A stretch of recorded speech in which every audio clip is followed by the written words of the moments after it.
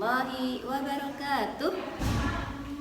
Anak solih-solihah, bagaimana kabarnya hari ini?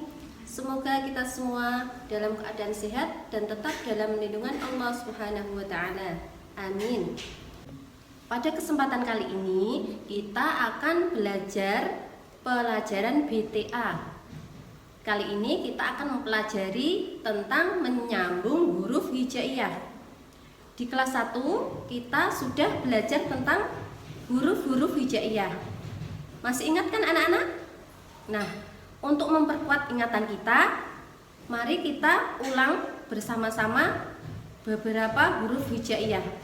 Sebelumnya, mari kita awali dengan bacaan basmalah bersama-sama. Bismillahirrahmanirrahim.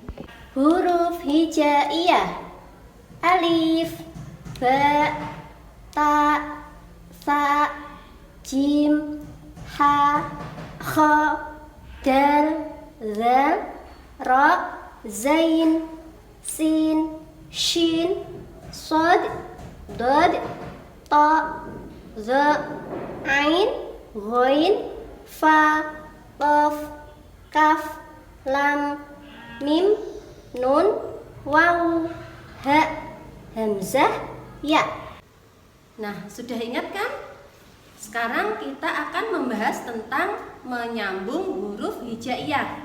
Kali ini yang akan kita pelajari mulai dari huruf alif sampai huruf zal. Menyambung huruf hijaiyah. Kita mulai dari huruf alif.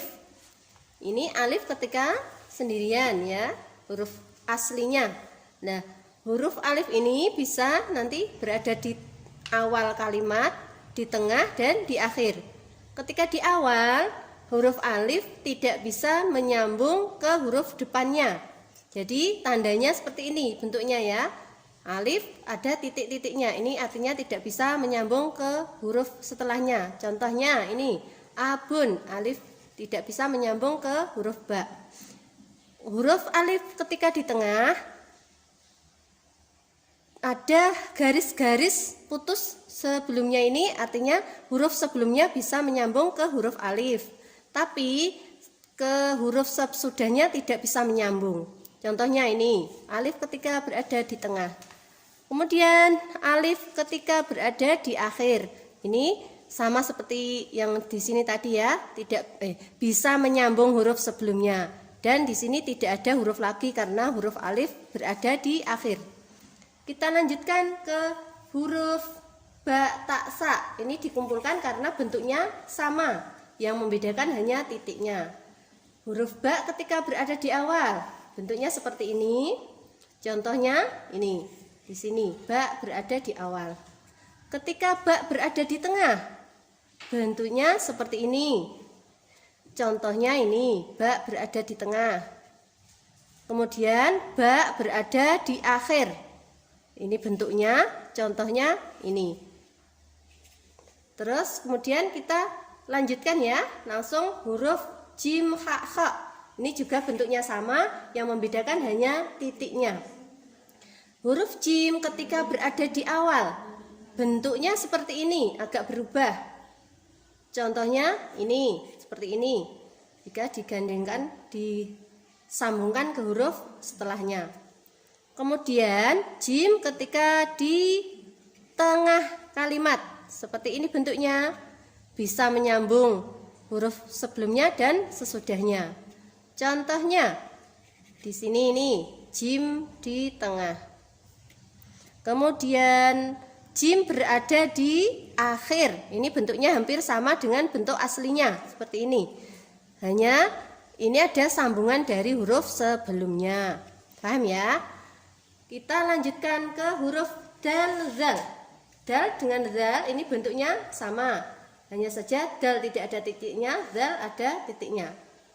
Dal ketika di awal, bentuknya seperti ini. Contohnya ini, tidak bisa menyambung ke huruf setelahnya.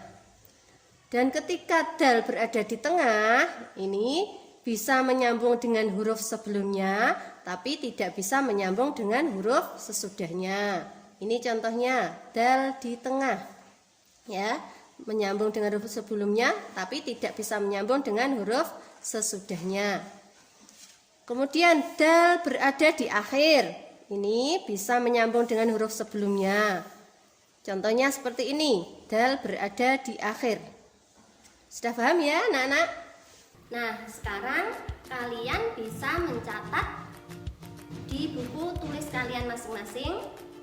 Dan apabila ada yang kurang paham, bisa ditanyakan kepada Bapak Ibu Guru yang mengajar di kelas kalian masing-masing. Sekian dari Bu Guru, kurang lebihnya mohon maaf. Assalamualaikum warahmatullahi wabarakatuh.